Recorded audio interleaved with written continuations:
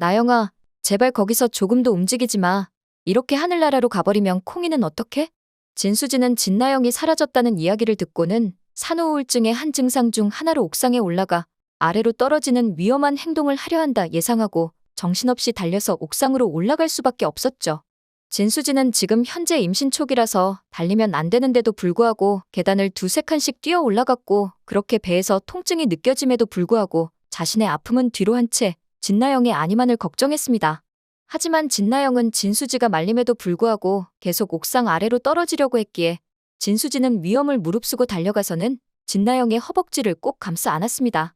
그리고 애타는 목소리로 말하기를 나영아, 콩이를 생각해서 조금만 버텨. 엄마 없이 자랄 아이가 불쌍하지도 않아?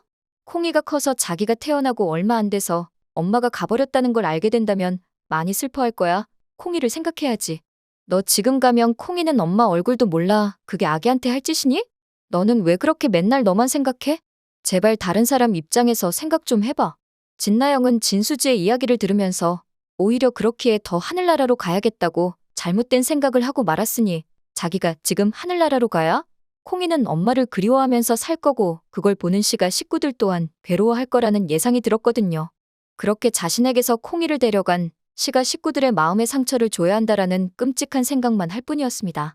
진나영은 더 이상 이렇게 살고 싶지 않았고 만약 하늘나라로 가야 하는 순간이 있다면 지금이 적기일 것만 같았고 그렇게 자기에게서 콩이를 뺏어간 시가 가족들에게 상처를 줘야겠다는 삐뚤 생각을 한 것이죠.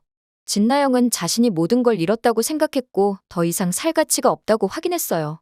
콩이 이야기로는 더 설득이 안 된다는 걸 알게 된 진수지는 다른 방법을 생각해내야만 했어요. 나영아, 그럼 내가 제발 부탁할게. 나 너한테 아직 말 못한 게 있어.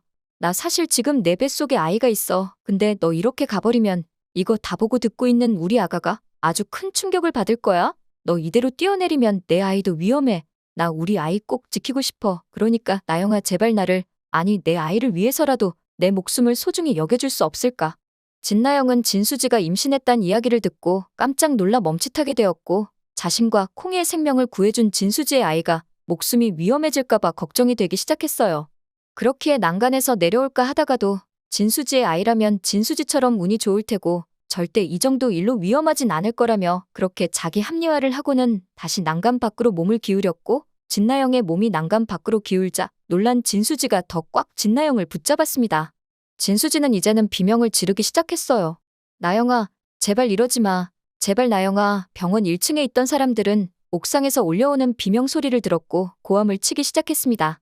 옥상에 사람이 떨어지려고 해요. 누가 가서 좀 도와주세요. 이 소리를 듣게 된 채우리는 매달려 있는 사람이 진나영임을 알아챘고 한현성과 함께 옥상으로 달려갔어요. 그리고 양쪽에서 진나영의 팔을 잡고 옥상 바닥으로 내려놓았죠. 그제야 진나영은 정신이 조금 돌아왔고 자신이 무슨 짓을 하려 했는지 알아차리고는 엉엉 울기 시작했습니다. 착한 진수지는 그런 진나영을 토닥이며 달래주었지만 이를 보던 채우리는 당연히 진수지의 몸이 더 걱정되었죠. 수지야, 괜찮아? 도대체 몇 분이나 이러고 있었던 거야? 임신 초기에는 절대 안정 필요한 거 몰라? 그러자 진수지가 통증을 호소하며 말했어요. 그럼 어떡해? 나영이가 저러고 있는 걸. 근데 나 왜 이렇게 아랫배가 아프지? 진수지는 갑자기 심한 통증을 호소했고 불안한 채우리는 불안에 떨며 진수지를 데리고 산부인과 의사에게 진찰을 받으러 갔죠. 그러자 모든 검사를 마친 산부인과 의사가 웃음을 참지 못하고 다정히 말을 하길, 아이고, 아내분이랑 아이가 잘못됐을까봐 아버님께서 많이 놀라셨나 봐요. 그런데 전혀 걱정 마세요. 아이는 건강이 무사하게 있습니다. 그러자 무언가 잘못된 거 아니냐는 듯 채우리가 더 검사를 해보자고 했고 산부인과 의사는 웃으면서 말하길, 할 수 있는 검사는 다 했어요. 진수지님 아프신 건 사실 아이 때문이 아니라 라면서 말을 머뭇거리다가 다시 말하길, 원래 임신 초기에는 변비가 심한데요. 진수지님이 좀 더 심한 편이세요. 제가 약이랑 이것저것 처방해드릴 테니까 꼭 밥 먹고 하루 3번 드셔야 돼요. 진수지는 의외의 처방이 내려지자 민망해서 풋하고 웃을 수밖에 없었고 채우리는 아이 걱정 때문에 너무 긴장한 나머지 이 이야기를 듣고도 처음에는 웃지 않다가 진수지가 깔깔거리며 폭소를 터뜨리자 채우리도 마지못해 하하 웃기 시작했습니다. 한편 최선영은 김마리가 현성과 나영의 아이를 보는 걸 도와주러 갔다가 한진태가 떠나기 전 자신을 찾아왔었다는 이야기를 전해주었는데 김마리는 어디로 가는지 아무런 말도 않고 떠난 한진태의 행방이 궁금하고 걱정되었죠. 그렇기 때문에 한진태가 어디로 갔는지 선영에게 행방을 물었지만 최선영도 알 수 없었어요.